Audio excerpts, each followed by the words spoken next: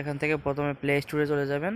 তো প্লে স্টোরে গিয়ে তারপর আপনি এখানে অ্যাপসের নামটা লিখবেন জিনজিরা লিখে তারপর আবার চার্জ করবেন। তো এই যে আপনার অ্যাপসটা চলে আসছে, এখান থেকে ইনস্টল করবেন, অ্যাপসটা ডাউনলোড দিবেন। অ্যাপস ডাউনলোড হচ্ছে, অ্যাপস ডাউনলোড হয়েছে, এখন ইনস্টল হচ্ছে।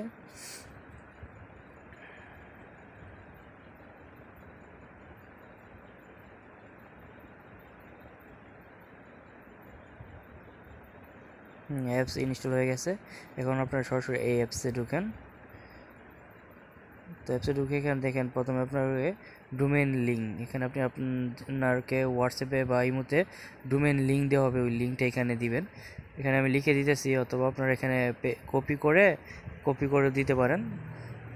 এইভাবে ডোমেন লিঙ্কটা দিবেন।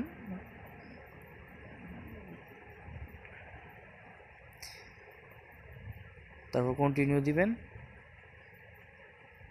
এখন আপনাকে যে হোয়াটসঅ্যাপে বা ইমোতে আপনাকে এই যে দিব, মানে ইউজার নেম বা পাসওয়ার্ড দিবে। আপনি এখানে ইউজার নেম দিবেন, ইউজার নেম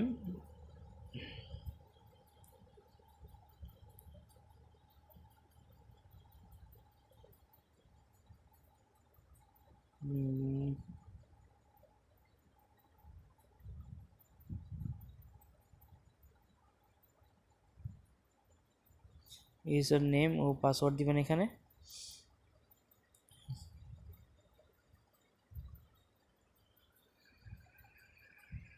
তারপর আবার কন্টিনিউ দিবেন, এখানে অ্যালাউ দিবেন। এখানে আপনাকে পিন কোড দেওয়া হবে, একটাও পিন কোড দিবেন।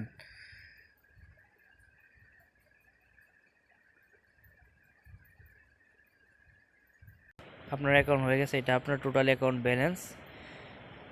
তো এখান থেকে যে মোবাইল রিচার্জ, মোবাইল ব্যাংকিং, এটা হচ্ছে লগ আউট করার।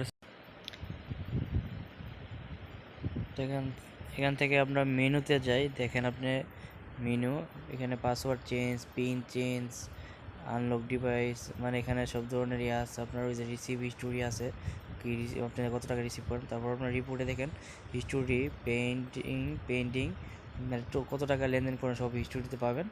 তো এখানে আপনার ওই যে মোবাইল রিচার্জে আমরা প্রথমে যাই, এখানে দেখেন।